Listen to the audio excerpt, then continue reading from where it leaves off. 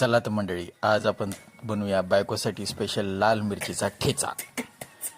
बायको जास्त भांडत असेल आणि जास्त कणकण करत असेल तर दुसऱ्या दिवशी स्पेशल हा एक लाल मिरचीचा ठेचा बनवून बघा, लगेचच बायको शांत होईल. चला तर मग या रेसिपीसाठी आम्ही सर्वप्रथम लाल मिरच्या घेतल्या, त्यात तोडून घेतल्या, त्यात थोडेसे लसणाच्या पाकळ्या, थोडंसं 1 चम्मच जिरं, त्यानंतर 1 चम्मच मीठ. या सगळ्या मिश्रणाला आपल्याला मिक्सरमधून बारीक करून घ्यायचं आहे. त्यानंतर एका पातेल्यामध्ये तेल गरम करून घ्यायचं आहे आणि हा मिक्सरमधून काढलेला पूर्ण ठेच्याचा झणझणीत मसाला आपल्याला यात फ्राय करून घ्यायचा आहे. फ्राय झाल्यानंतर याला छान पद्धतीने एक लिंबू पिळायचं. यामध्ये लिंबू पिळलं की तुमचा झणझणीत